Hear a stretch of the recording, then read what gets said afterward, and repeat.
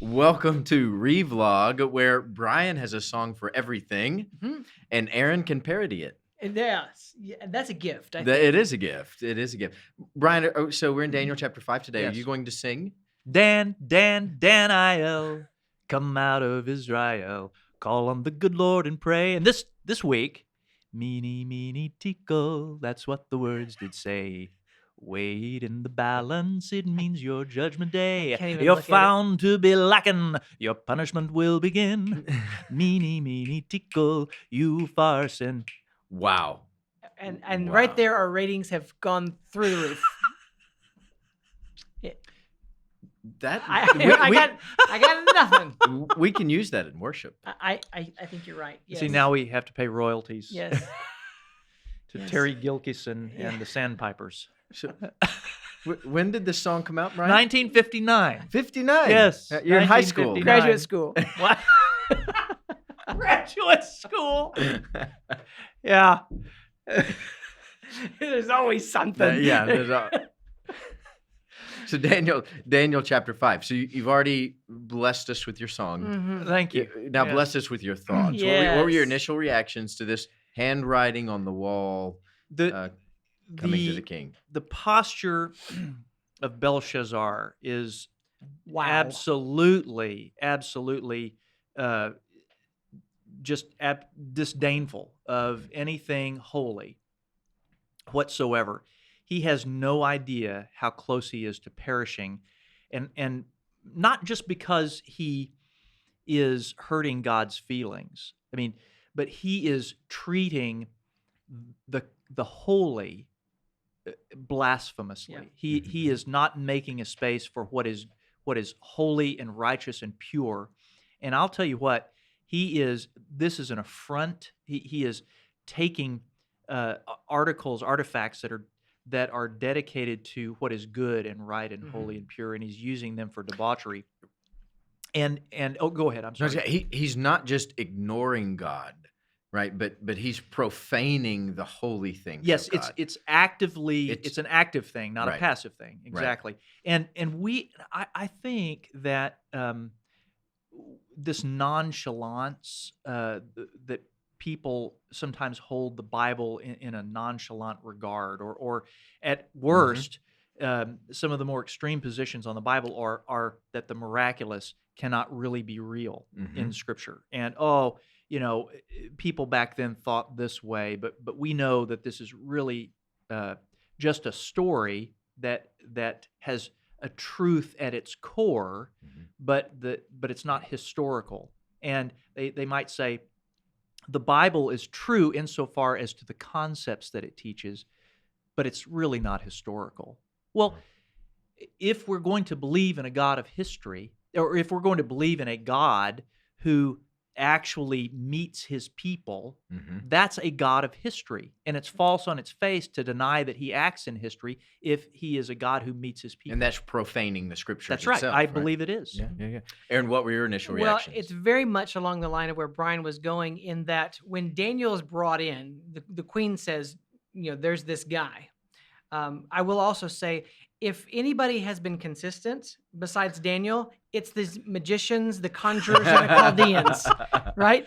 Good They on them. cannot. Yeah. No, Let's no, call no. in these They're guys. at least consistent. Guess what? Can't do it. So, but Daniel can. so the queen says, bring this guy in. And one of the things that Daniel does is he reminds him of the stories that he knows to be true. I mean, he was there in some form, Belshazzar was, as a child or as an adult, or where we don't know the time frame was. But Daniel reminds him, you know that your dad did this, and you know that your dad was brought to his knees, and you know that your dad had a confrontation with the Lord and surrendered to him.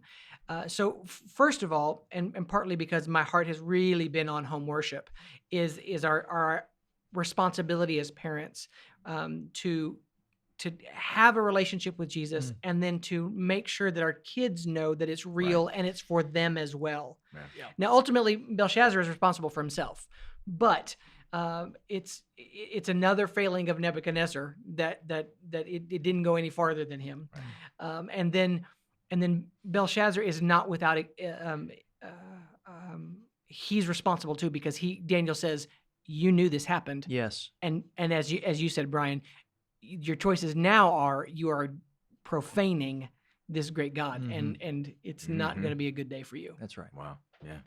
So as you read through these 31 verses, Bryan, what question came to mind for you? Am I presenting to the people around me with whom I have meaningful contact? Am I presenting to people around me the seriousness of the serious truth, the serious reality that our actions matter on a cosmic scale? We are accountable. Right. Am I living like that? Am I living like I'm accountable? And am I helping others to recognize that we are all accountable beyond ourselves?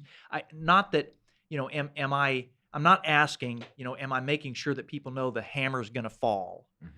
I don't think there's any good that comes from going around and policing people in that way. But there is a way to help people understand that understand the moral weight of us individually. Am I helping people to understand that? Right. Yeah, that's good. That's good. Aaron? I'm going to use your words, Bryan. You talked about cosmic scale, and in this sense, it's size and scope. But I think one of the hardest verses of Scripture for me to read is this: "You have been weighed and found lacking." That we now talk about cosmic scales. That's right. That when you're looking at your life in the balance, and what have you surrendered to the Lord, and it's so. My question is, Am I willing? Are we willing to ask God to weigh us in the balance and show us where we're lacking before it's too late? Well, this is the seriousness of the passage in Hebrews, isn't it? It is appointed unto a man once to die, and after that the judgment. I mean, we will all stand. That's right. And give an account before God. And for Belshazzar, that very night. That very night. And so, I mean, I don't want to be fatalistic, but the truth is, we need to do that sooner than later to say, God, weigh my life, weigh my heart, and show me so that I can, like Nebuchadnezzar got a chance. That's sobering. Yeah, absolutely. Yeah, and the word of Scripture, which is pertinent today, is that you're promised today. You're not promised tomorrow. That's right. Right. Yes. I mean, you have the breath that God has given you That's today. And so we're to be obedient today, and who knows what tomorrow will bring. We have no idea. We may not be here It's tomorrow. an arresting text. Yeah. It's a supernatural text. I mean, there's so much action in this, There and is. yet it's sobering. I think what you said. That's right. It's heavy. It is heavy. We'd love to hear your thoughts and for you to talk through this conversation on this text with us in the comments below.